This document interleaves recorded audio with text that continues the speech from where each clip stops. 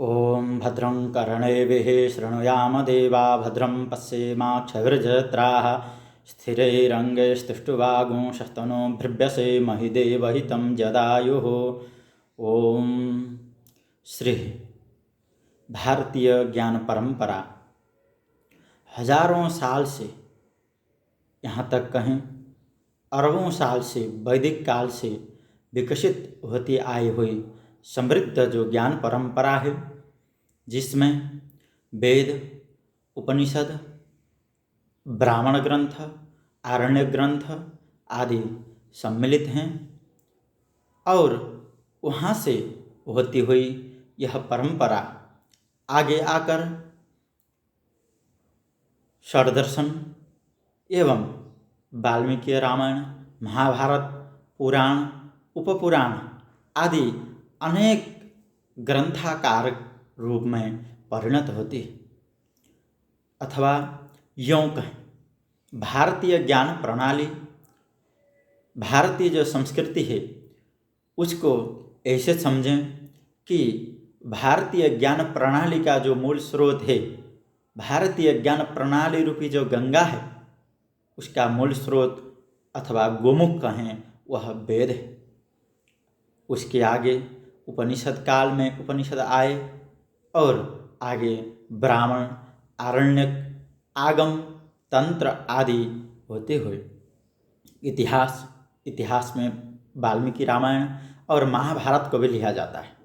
साथ ही आगे महापुराण, उपपुराण, ये सब भारतीय जो ज्ञान प्रणाली है इनमें समाहित हुए हैं। साथ ही आगे आकर के बौद्ध काल में और जैन काल में जितना भी ज्ञान परंपरा विकसित हुई वह भी भारतीय ज्ञान परंपरा में ही आती है, क्योंकि जब बौद्ध काल और जैन काल था उस समय में भी जो भारतीय वैदिक और उपनिषद कालिक जो ज्ञान है वह अक्षुण्ण रहा।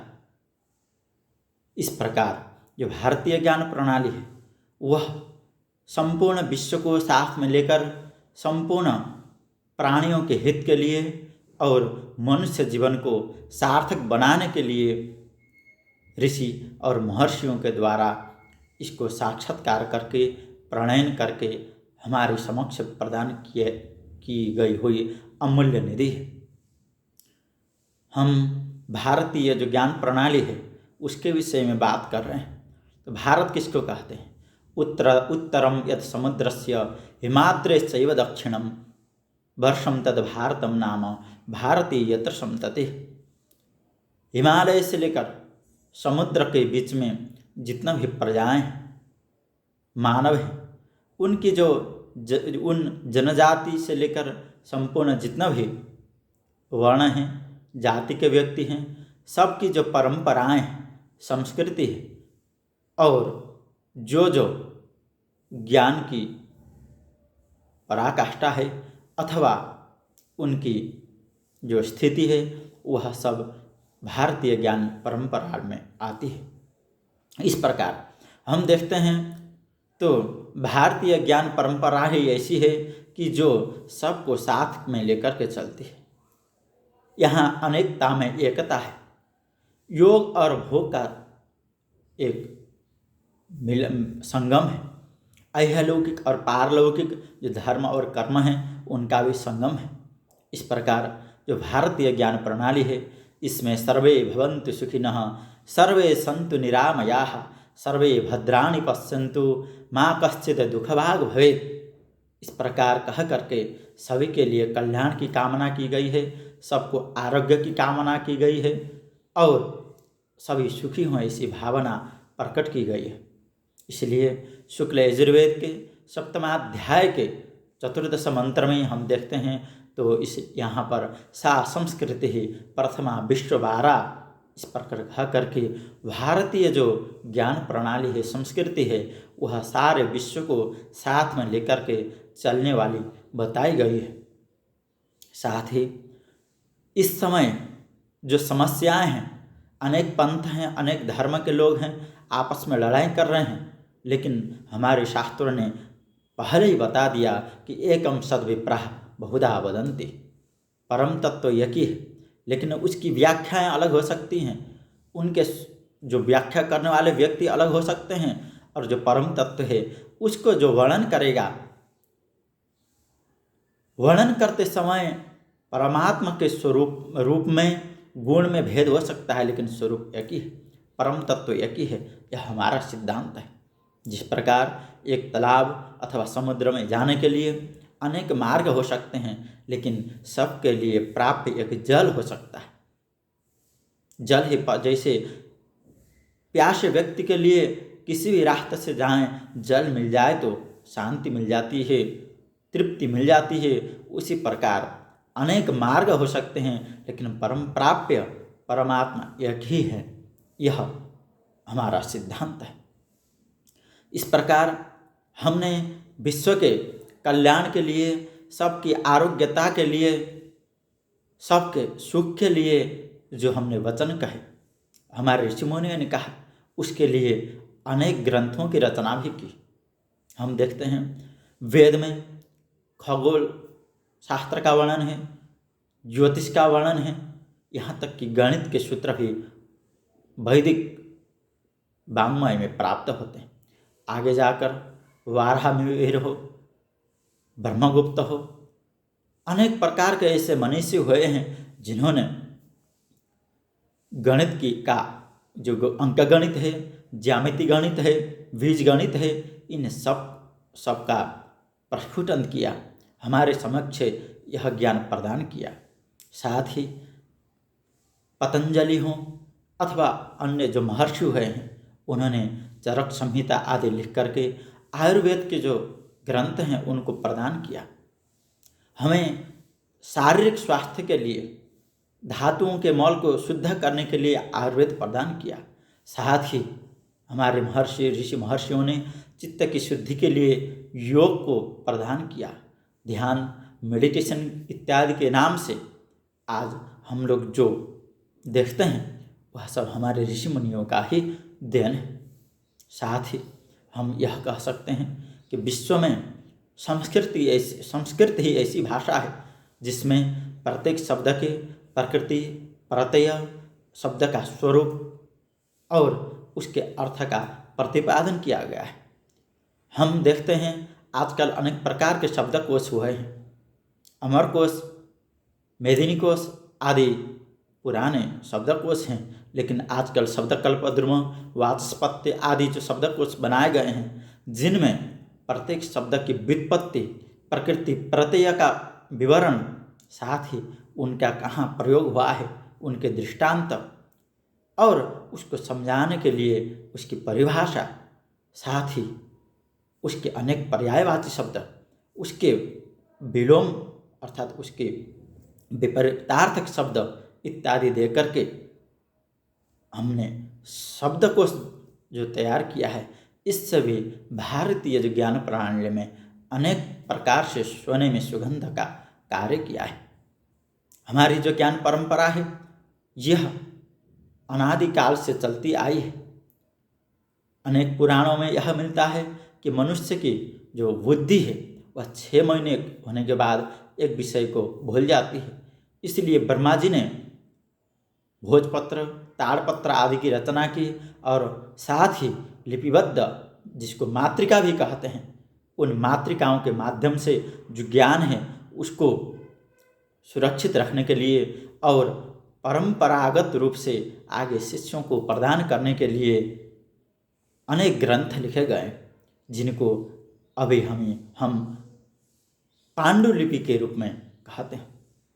पांडुलिपि जो भारत की अमूल्य संपदा है। हमारे ऋषि मुनियों ने सर्वप्रथम जिस विषय को लिखना होता था, काष्ठ के पत्र में हो अथवा भूमि में हो, उस विषय को पूर्ण रूप से तैयार करके फिर उसके बाद ताड़पत्र, भोजपत्र में सुरक्षित रूप से, शुद्ध रूप से लिखते थे। वह ज्ञान की जो निधि है वह अभी भी हमें प्राप्त है। यहाँ तक कि हम देखते हैं भारद्वाज आदि ऋषि महर्षियों ने विमान शास्त्र की रचना कैसे की जाए, उसको किस प्रकार चलाया जाए और सौर ऊर्जा से, विद्युत तरंग से कैसे हम कार्य ले सकते हैं, इन सब का वर्णन भी मिलता है। साथ ही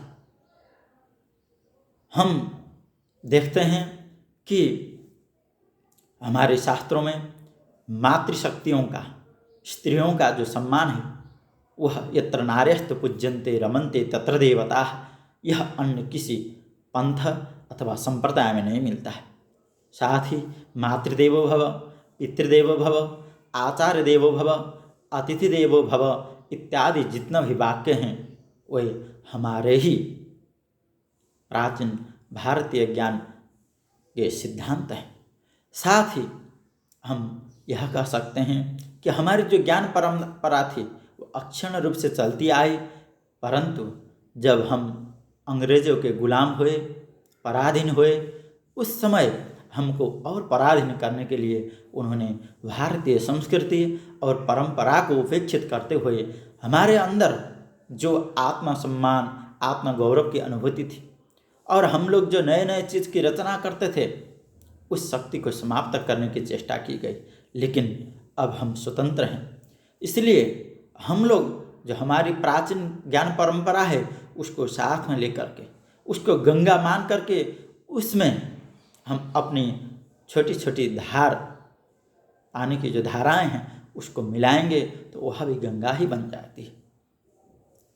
जैसे गंगा में मिलने के बाद सारे नाला हो अथवा कोई नदी हो सभी गंगा स्वरूप हो जाते हैं, उसी प्रकार हम भी, हमारा भी सिद्धांत है कि हम वेद को लेकर के, वेद का जो सिद्धांत है उसको अपना करके हम अपने बुद्धि से भी नया करें। इसलिए कहा गया है आर्षम धर्मोपदेशम च वेद शास्त्रा विरोधिना यह तर्केणानुसंधत्ते सधर्मम वेदनेतरः।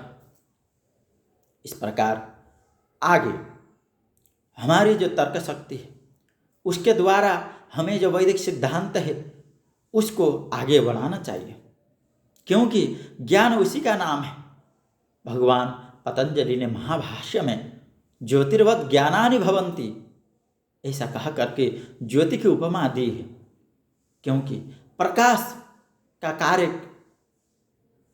प्रकाश की सार्थकता तभी है जब हमें जहाँ आवश्यकता हो वहाँ प्रकाश दे। उसी प्रकार ज्ञान भी समय के अनुसार हमें वैदिक जो सिद्धांत है, वेद का जो मार्ग है उसको नहीं छोड़ते हुए, ऋषि परंपरा में रहते हुए इस समय हमें क्या आवश्यकता है और हम आगे कैसे बढ़ सकते हैं इसको ध्यान में रख करके आगे बढ़ना चाहिए। यहाँ तक कि जितना हमें ऋषि महर्षियों ने दिया है, आयुर्वेद हो, योग शास्त्र, सांख्य शास्त्र, मीमांसा, न्याय, वैशेषिक, पूर्व मीमांसा, उत्तर मीमांसा, साथ में चिकित्सा, धातु विज्ञान, रसायन विज्ञान, कृषि विज्ञान, इतना कलाएं हैं, अनेक साहित्य शास्त्र हैं, नाट्य कला हैं, श्रृंगार शास्त्र हैं। हम यदि अपने जो ज्ञान, अपनी जो ज्ञान राशि है उसका वर्णन करें तो भी हम उसका वर्णन नहीं कर सकते हैं। इतना अगाध ज्ञान राशि ऋषि महर्षियों ने हमें प्रदान की है। इस ज्ञान राशि की सुरक्षा करना हम सब की जिम्मेवारी है। साथ ही हमारे जो ग्रंथ हैं, ऋग्वेद, यजुर्वेद, सामवेद, अथर्ववेद और गांधर्व वेद, धनुर्वेद, स्थापत्य वेद, आयुर्वेद इत्यादि जितने ग्रंथ हैं उनको भी साथ में लेकर के बढ़ने की आवश्यकता है। हमें महर्षियों ने शासन कैसे चलाना चाहिए, कानून व्यवस्था कैसी होनी चाहिए इत्यादि भी बता दिया है। मनुस्मृति इसका ज्वलंत उदाहरण है। श्रीमद्भागवत महापुराण में यहाँ तक कहा गया है कि यावत ह्रियत जठरम तावत स्वत्वम हृदयहीनाम अधिकम योधि मन्येत सस्तेनो दंडमर्हति। इस प्रकार केवल अपने लिए सोचना नहीं चाहिए, सारे विश्व के कल्याण के लिए सोचना चाहिए। जितने से आप अपनी आवश्यकताएं पूरा हो उतना में संतुष्ट रहना चाहिए। अधिक आए तो अन्य को दान देना चाहिए इत्यादि जो विश्व बंधुत्व की भावना है, विश्व को एक परिवार मानने की जो भावना है, यह भारतीय संस्कृति में है। अगर हम इसको आगे बढ़ाते हैं तो भारत विश्व गुरु होगा, इसमें कोई संशय नहीं है। इसलिए हमें भारतीय ज्ञान प्रणाली को अवश्य आगे बढ़ाना चाहिए। जय श्री राम।